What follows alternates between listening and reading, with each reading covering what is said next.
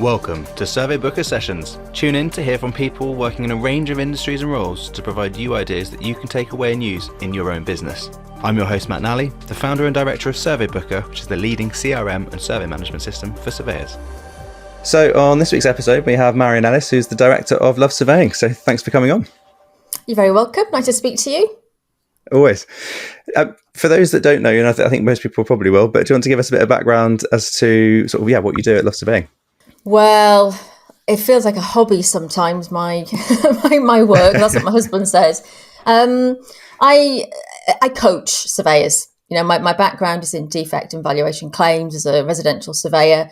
That taught me a lot about how things go wrong, how we're not set up for success, that surveyors don't set out to do a bad job, and yet sometimes it just all goes really wrong.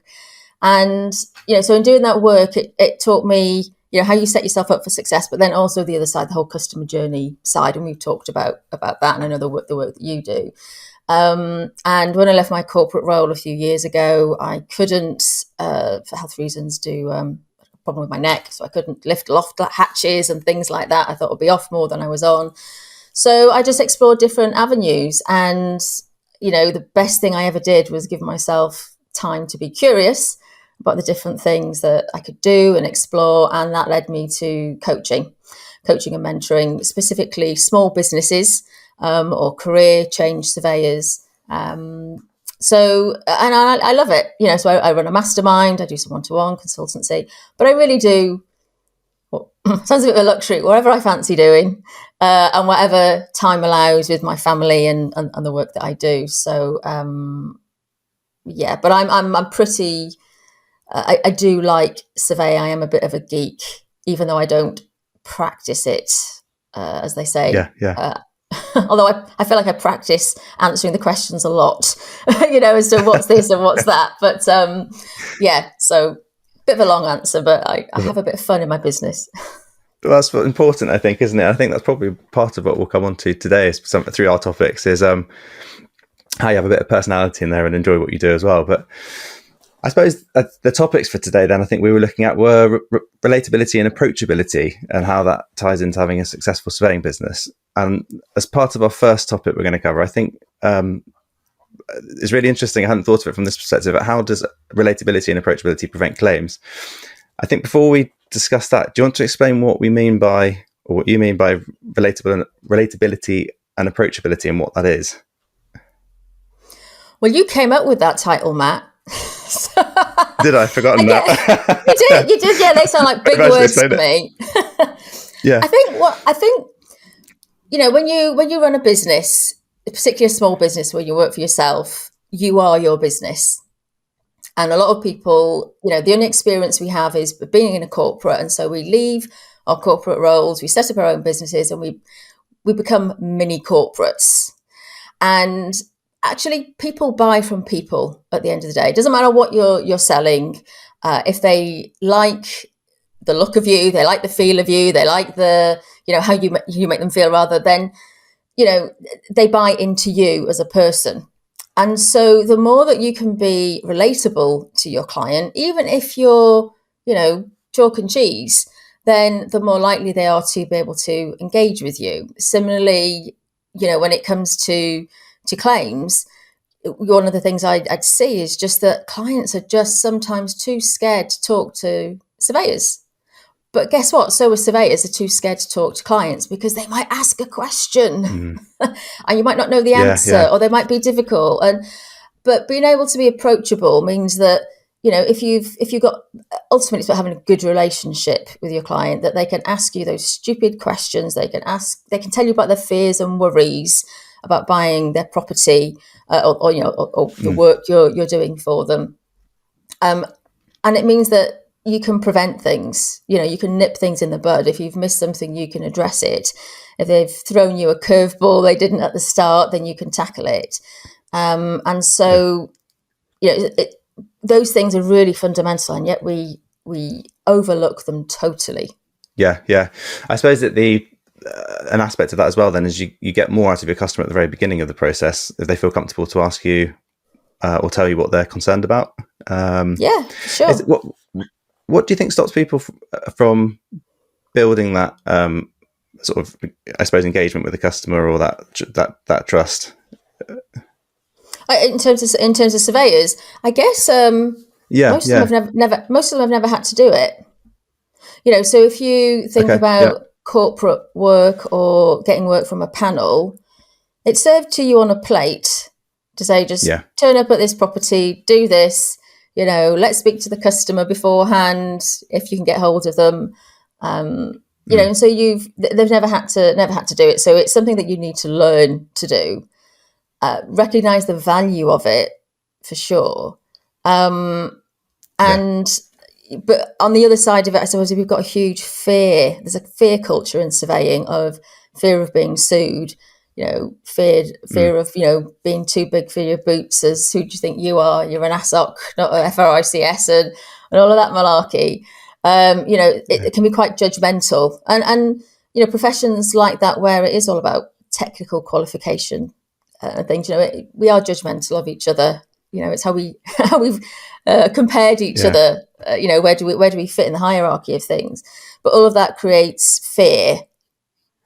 And you've got to shake that off. If you're a business owner, you need to be in front of your business, not hiding behind it. Yeah.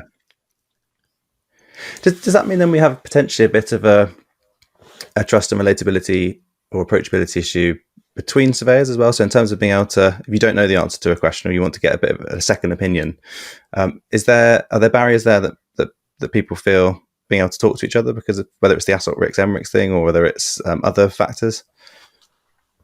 I don't necessarily think it's the qualification levels, and I think that just muddies the water, really. Some of the best surveyors I know are ICS surveyors.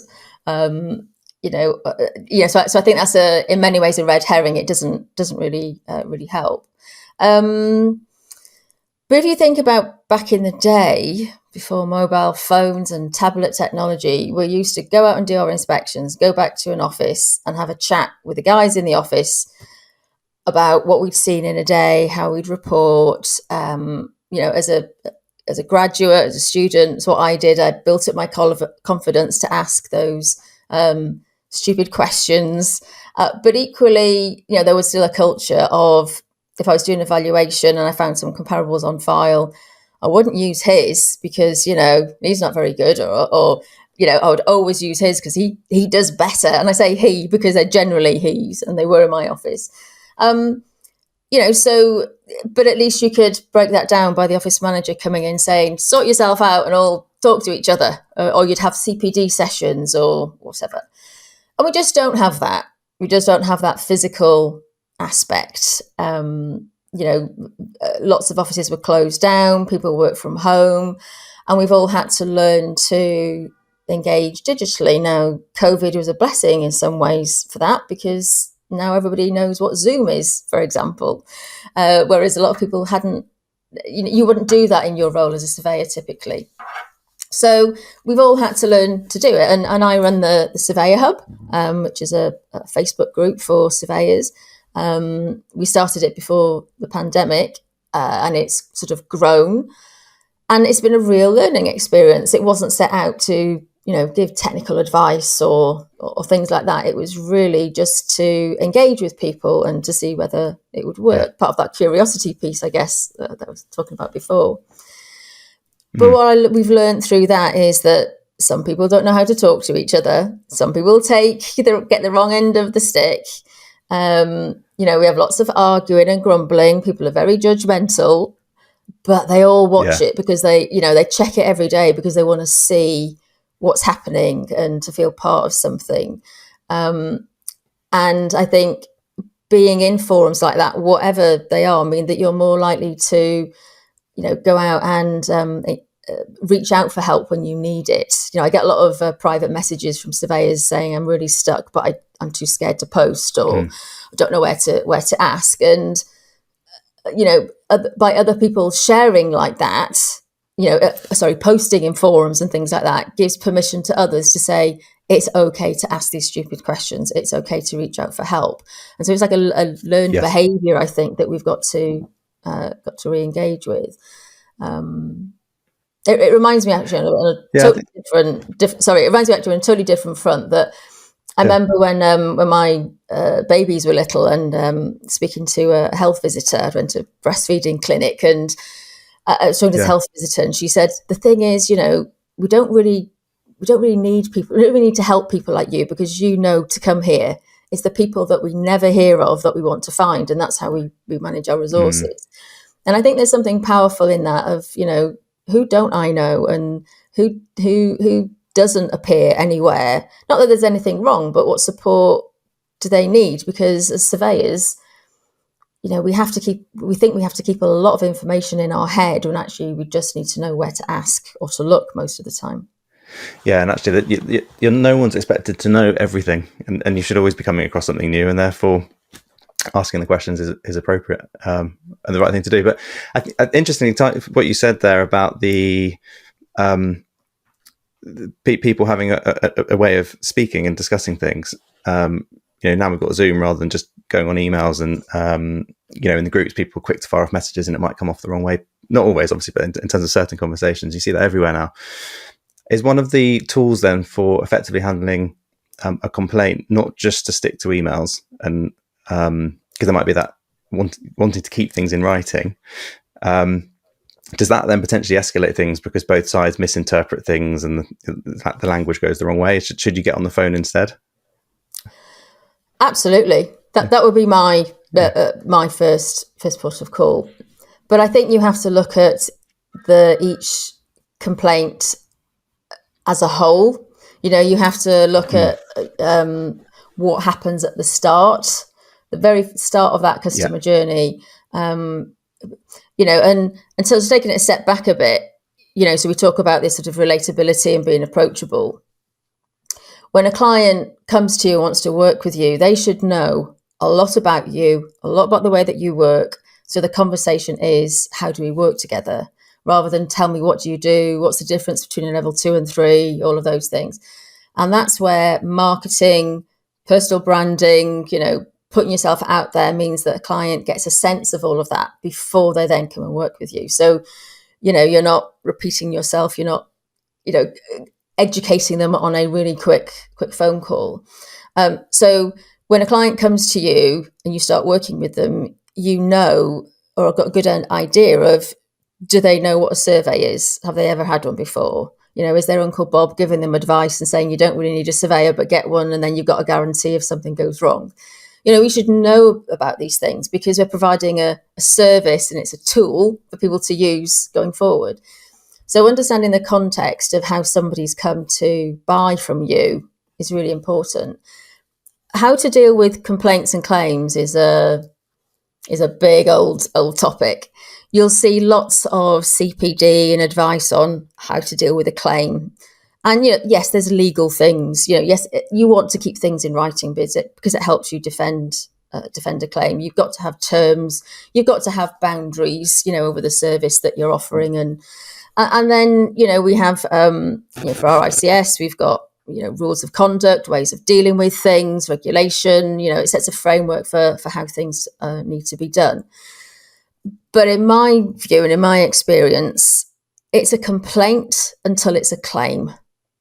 Now, we typically think it's a claim once the property is exchanged, or there's been legal completion. But what that means is you go straight into serious letter. When actually, if you can talk to somebody as with a, oh my gosh, I'm so sorry this has happened. Tell me about it. Okay, this is what I'm going to do. You instantly, and having that rapport. I mean, I have dealt with so many different complaints and claims over the years, from silly PVQs to multi-million pound, defective valuation claims for corporates and for small firms. I've seen the whole lot, and there is nothing, the most embarrassing things ever that I've come across, and you can fix it. You can get over it if you've got a good relationship with your client. It doesn't mean that the complaint will go away. It doesn't mean you're not going to, pay out money if you've done something wrong, but you can make it much better and easier to deal with if you've got that good rapport at the start and you maintain that all the way through dealing with the complaint or claim. So I would be very much pick up the phone. I'm so sorry this has happened. Letters and emails can be really terse and to the point, whereas, you speak to them on the phone. Oh, well, I just thought I'd put it in writing. Let's have a chat about it. And of course, you document those things. So you've got everything. Yeah. But there's a lot that you can do for sure that means that you can handle things more quickly, more efficiently, in a friendly way, and it doesn't have to be the horrible weight and difficult situation that it has to be. Interesting. From your experience of the different claims you've looked at, is it a common theme where it was a breakdown of communication that was the issue, rather than the obviously it depends on why someone's called up, but is often it the way it's escalated due to the communication side of things rather than necessarily the core issue itself? People don't complain about one thing. So for them to put something in writing or to raise something and say, I want to make a complaint, a lot of people don't. They say, can I just ask, this thing has fallen off or this thing is broken or whatever. And that's where you've got to say, actually, look, let me tell you my complaints procedure, but let's deal with it. You still got to approach it in the right way. But people don't complain about one thing unless it's a pretty serious, significant, this has just happened, end of the world, and they will contact you about that. What they will do is say, okay, well, this isn't right. And actually, do you know what? That wasn't right either. And then they sit down and they make a list. And it will be everything from, you said that you would call at 3:00 on Tuesday and you didn't, and there's typos and there's this and there's that, all the way through to, there is this problem, and so you always get a list of things. So, when you get complaints in, the first thing you need to do is triage it. What am I dealing with here? How much of this is an admin error? How much of this is, service, something was delayed, something was annoying? And we can very often, surveyors disregard that. It's a little thing. That's not important. But it is, because it's service and you've paid a lot of money. And surveyors will always argue about fees being more, and I say put them up. But it's not just about the money that's been paid. When it's dealing with your home, it's about the fact that I put my faith and trust in you, and now I don't feel that was right. You've made me feel foolish. I now feel vulnerable and at risk in my home, and you're dealing with that emotion. So, the fact that you didn't call on Tuesday or did whatever, is magnified times 10 in the customer's and client's mind. So it's important that you, first of all, triage. What have you got? What are you dealing with? How much is emotion? Focus on, and sort of break it down. And you might find, different parts of your business, the admin might sort out something, you will deal with something else, but sort of really break it down is key. I think that's a very valid point, actually. It's how you go about it is very important. If you go back with an aggressive or quite strong stance on something without empathizing and understanding their perspective and the emotion that's behind it, it stands to sort of escalate it further, I think, and you're going to struggle to resolve something because both of you start to get your back up about something rather than being able to soften things and look at it more objectively. Yeah, and from a surveyor's point of view, you've just had somebody criticize your work, and that triggers all sorts of things. It triggers how good we feel about the work that we're doing. That mentor you had 25 years ago who said you were rubbish means he might have been, telling the truth, all those sort of things, as well as how on earth could I have missed that? How on earth could I have missed that? Or, this is going to cost me money and I'm a small business. And so you've got highly charged emotion landing on top of, a spark, if you like, and it just blows up. And handling complaints and claims is a skill. There's a legal side of it of how you defend things, but there's a skill to it, and sometimes recognizing that you're not the best person to handle it it takes some strength, but it also means that you get to have some perspective, and it can get resolved quicker. So, surveyors having buddies that they can work with, or outsourcing it to somebody who can help, is really, can really help. But it's very triggering for people. And I remember, part of the thing that sort of made me think about failure and how, and I'm quite interested in that, how we fail and why we fail. And when I was dealing with lots of complaints, I'd phone the surveyor up and say, look, we've got a problem with. And the first thing they would say 9 times out of 10 is, oh, I bloody knew that one was going to be a problem. And it was because it should have been a level 3, not level 2. It was because the vendor was following them round and there was something going wrong. It was because it was during a time of a really difficult, something that was going on in their lives.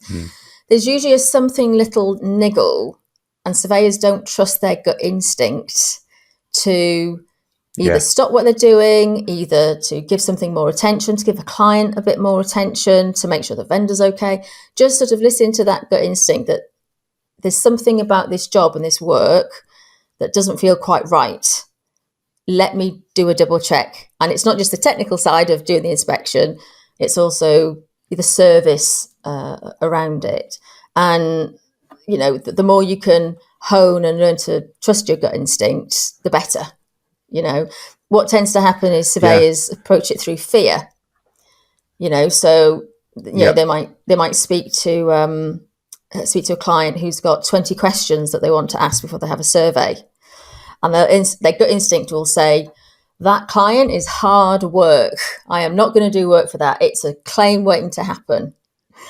Well, actually, they just want to know what you're offering and how, because you've not made it clear.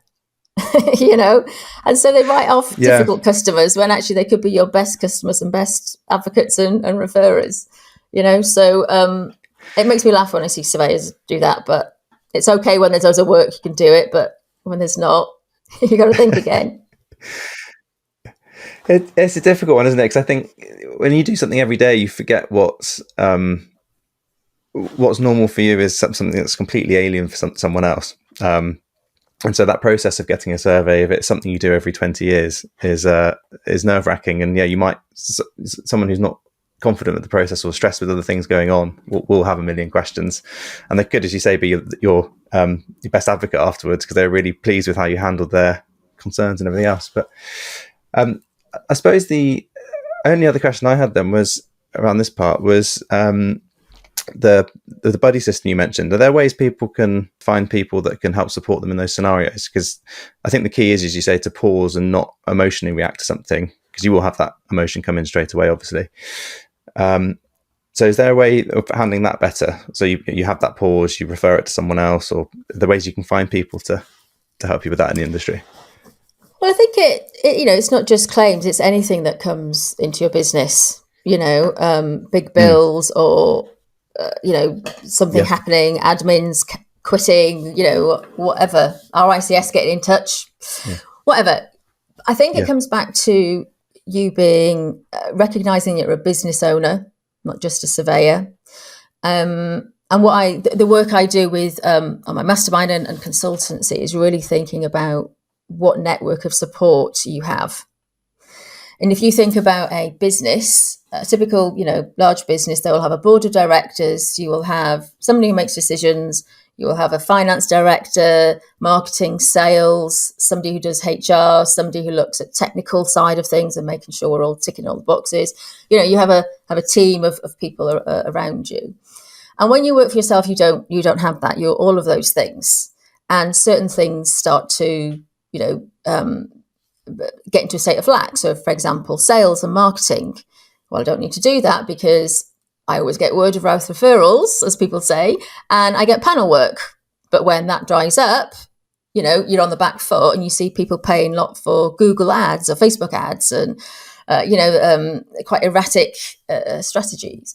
When it comes to managing money in your business, people often don't get their accountants to work better for them. They don't want to pay an accountant a lot, and it's just do the tallying up at the end of the year and do my returns, when really you want somebody to act as a financial director capacity within your business to help you manage cash flow. Cash flow is the thing that gets businesses every time. So asking your accountant or your bookkeeper to help and support you to do a bit more on that side. I mean, they're not making decisions for you, but they're giving you the insights and letting you know how profitable you are and all of those things. So there's lots of sort of different things and different people that can support you. And when it comes to getting complaints in, that is really hard. There are very few people out there who are complaint handlers, and sometimes I help my clients with very sort of bits and pieces. I don't necessarily write their letters for them, but it's being a sounding board, and that's mostly what's needed. And it's a very difficult landscape for surveying because we don't talk about complaints. Insurers don't want us to talk about complaints. There are there's no data stats anywhere on these are the types of complaints out there, and these are the worst surveyors, and all of those things. There isn't that data for obvious reasons, but unhelpful reasons too. We don't talk about the experience of it, of the mental health of having to deal with some of these things. It can take years for some cases to be resolved when the client comes back and says, and another thing, and another thing, and another thing. And I don't think insurers personally help small businesses. When a complaint comes in, the first thing they will say is, tell us about it. I was speaking to a surveyor recently, and the broker, it was an asbestos claim. They referred it to their broker, and the broker took 10 days to come back. This is on a sale on a chain. 10 days of, can you help me? What's going to happen? And they were quite unhelpful when they came back. So it's really important that you've got that network of sounding board of people that you can talk to about it. Obviously, it's got to be confidential. It's got to be a trusted, sort of safe circle. Yeah. But then also, I think the other side of it is then really understanding with your insurer and your broker, if something comes in, what do I do? At what point do I contact you? And my view would be, it's not, it's a complaint until it's a claim, is that it comes in, you triage it, you get a sense of what the problem is, you understand, get quotes, do what you need to do, and then tell your insurer. But you can't take forever to do that because claims are on a claims made basis. It's got to be, registered with the insurer so that if it does, go off, at least it's covered by the insurance that you've got. So, I'm not saying you're going to drag it out forever, but I think that triage part, understanding what the problem is and what some of the solutions are really vital. Now, some insurers will say, well, we've got brokers, we've got people that will do that for you. And some don't, and some promise the earth, and, they're not there to help at the end of the day. So I think it's a real letdown in that we don't have the support to handle claims better. Brokers and insurers don't always help us handle them better. And if we're not sharing feedback, information on how to be better, we're just a cash cow, and it's just feeding an industry, and that's not good for us, and it's certainly not good for consumers either. No, I think an interesting point you touched on there was building your team around you, but before something comes up. So, have your accountant there available to provide insights when you need them. Have know what your process is with your broker or insurer beforehand. Have a lawyer that you can speak to in certain times if you need to, because if you're scrabbling to find that when something goes wrong, then it's much more stressful because you're then trying to vet certain suppliers at the same time, and it's a nightmare. Yeah, and it all comes back though to having a plan, and thinking about where's your business heading and what you're doing. And at the start, most people are just, well, I want to earn money. I'm going to do this kind of work because I can do it and I'm going to earn money. But you get to a point where you don't love what you do. You want to do different kinds of work. You don't know how to evolve it, but you're tied into the panel, or, you want to move away from valuation work is a common one that I come across, get more private work, but you don't know how to attract private work, all of those things. So there needs to be a plan in the background. And part of that is what support do you need? And support can come in different ways. So yes, it's people, but sometimes it's just educating yourself. How does that work? What kind of tech is out there? What's happening in the industry, in the profession? And that can range from anything from podcasts like this, which are really useful to people, all the way through to, attending courses, getting qualifications, or finding an accountant that's really helpful. It's a huge mix. Definitely. I think that ties us in nicely to our second topic. So tune in for that one.